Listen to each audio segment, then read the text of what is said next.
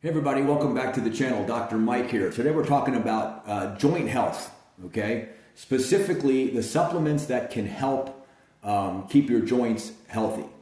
All right, now let me just say up front that things like collagen, glucosamine, sulfate, curcumin, they all work to varying degrees, and you might get the best effect by combining them in some way, all right? But I want to say this, if your joints ache, if you're my age, if you're getting older, if you're an athlete, the best thing you can do for your joints is to clean up your diet.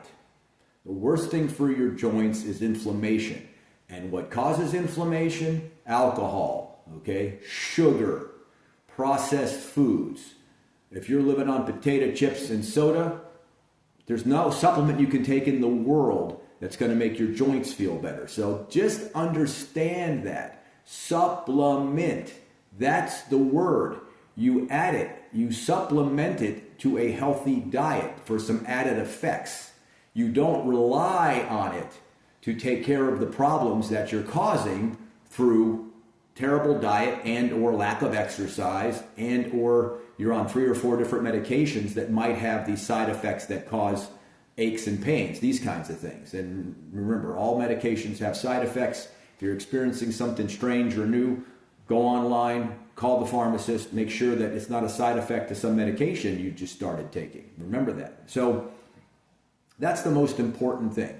Clean up your diet if your joints ache. In many cases, just getting rid of alcohol, just getting rid of the excess sugar will be enough for the inflammation in your body to reduce. Okay, that being said, the 3 main things that at least that are kind of out there for your joint health is glucosamine sulfate, usually combined with chondroitin sulfates, curcumin, okay, as a supplement, and hydrolyzed collagen peptides, protein, okay? Now, if you're eating a very, very high protein diet, a lot of meat, okay, then you probably aren't going to see much of an effect from collagen peptides, okay, because you're already getting a lot of those types of proteins. Meat proteins, which again, meat has collagen in it. This is what makes up the vast majority of your body. You're not going to necessarily see as much of an effect when you do that. If you're a vegan or a vegetarian, or you're not eating a lot of red meat, maybe you eat more chicken and fish and things like that, or you keep your protein content down, I think you would see more of an effect from taking a collagen. Now, here's the thing about collagen. Yes, the studies show that it does help, but we're not seeing huge effects. And let me just give you a little explanation.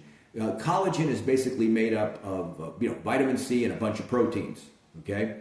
And when you eat it, the same way if you eat red meat or chicken or any other protein, it gets broken down into amino acids. And those amino acids then get absorbed, 20 different amino acids, they get absorbed through the gastrointestinal lining and off they go. But it has been shown that if you consume a hydrolyzed collagen, and this is the stuff you can find at Costco or any of these warehouses, you can get it online, it's all over the place. What it's shown is that some of these small collagen peptides, these 2 and 3 proteins together, they can come through the gut wall as well. And when that happens, they're able to more easily build collagen up in your body.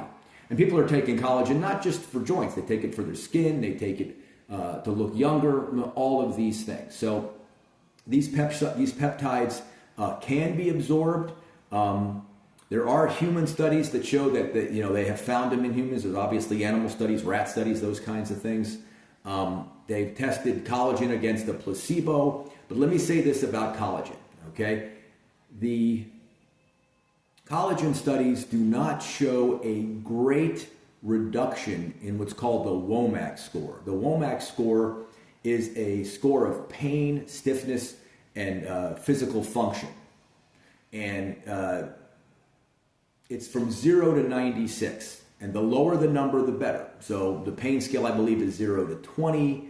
I think the stiffness scale is 0 to 8. And the physical function scale, I think, is 0 to 68. And add it all together, you get 96. I don't know why they came up with 96 instead of 100, but they did. So the lower the number, the better. The thing is, most of these collagen studies show that the average improvement in the WOMAC score, from what I could find, was about 8 points, 6 to 8 points, right around there. And that's only about a 8 to 9% improvement in those things, in pain, stiffness, and functionality. So it may be that you take collagen and that 8 or 9%, 10% is enough to change your life, okay? But I don't want you to go out and take collagen and think that pain that you have in your knee that's an 8 or a 9, that's agonizing, is all of a sudden going to go down to a 1 or 2, okay? So just understand the limitations of collagen consumption, okay? That being said, the minimum amount of collagen you should be consuming is 10 grams a day. With as much as 20 grams a day seems to kind of give you that range. You know, you might want to start with 10 grams, or maybe when you first start taking it, you take 20 grams, and then as you take it for a little while, you can reduce it to 15 and then 10. But 10 would be the maintenance dose.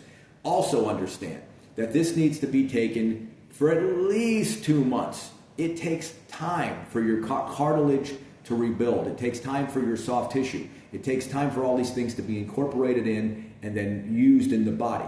So if you think you're going to take a collagen supplement for 2 weeks and you're going to see some improvement, you're not. You may see no improvement.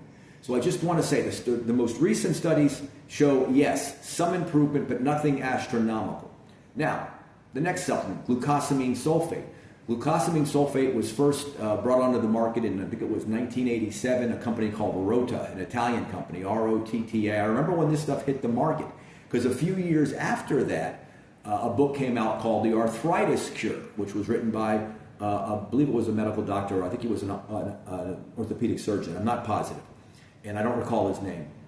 But it was about how osteoarthritis can be reversed. And you got to remember, at the time, that was thought to be impossible, how things have changed. Just 30 years ago, 35 years ago, if you went to your orthopedic surgeon or some joint doctor and you said, hey, how do I rebuild my knee joint without surgery or without all of the modern things they have now, where they can inject into there, you got stem cells, they would tell you there's nothing you can do. Exercise it a little bit, but you're stuck. That's not true. We do know now that it is possible to rebuild cartilage in a joint, both directly with some kind of an injection and indirectly with supplements. So glucosamine sulfate, usually it's combined with chondroitins, is another supplement that has been shown over and over again in studies to help to rebuild the cartilage in knees. The original research was done on knees and hips. And what they did was they took an x-ray of the knee and the hip, and the cartilage is nearly gone, and then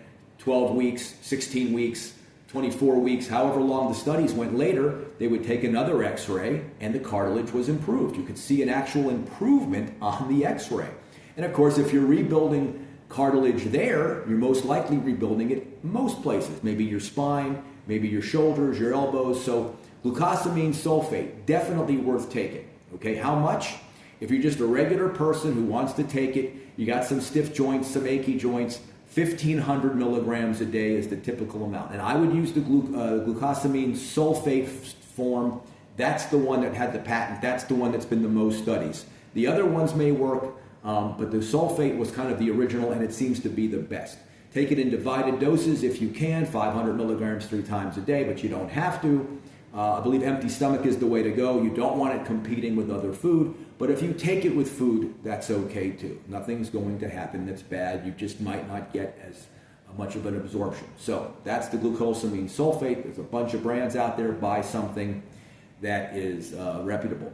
The other thing that has been shown to have a lot of anti-inflammatory effects is curcumin, okay? I'm not a curcumin expert. There are videos out there that get into the whole deep dive in curcumin, but that certainly is a beneficial supplement to take, the curcumin. Now, of course, you could combine these. If you really have some serious joint problems, again, clean up your diet, get rid of the processed foods.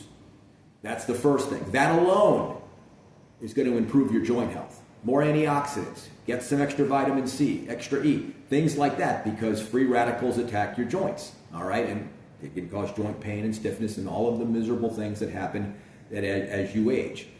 Going back to the glucosamine, if you're an athlete, if you're a runner, somebody pounding their joints every day, if you're a bodybuilder, lots of heavy squats, things that you could possibly wear out your joints, I would up the dose to 3,000 milligrams a day. So instead of 1, 1, and 1, 2, 2, 2, double it up, and I would try that for a while. So getting back to the triad here, curcumin is an anti-inflammatory effect on the body.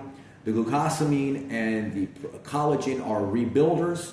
So when you combine the rebuilding of collagen in your body with an anti-inflammatory effect of cleaning up your diet and the curcumin, you could really see some great improvement. The biggest problem with your over-the-counter pain meds like ibuprofen and some of these other ones, Tylenol, is they can actually inhibit the chondrocytes. These are the cells in your joints that make new cartilage.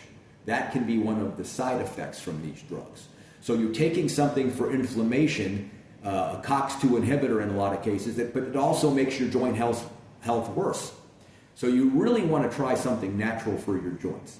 So I hope this kind of gave you an idea. Again, you could do more of a deep dive into the amounts and all of those things, but this is just sort of an overview of ways to improve your joint health. 1, plenty of protein. And remember, that's what collagen peptides are. They're just extra protein that's coming into your body, okay? That might be that little bit more that you need. So is it worth taking collagen peptides?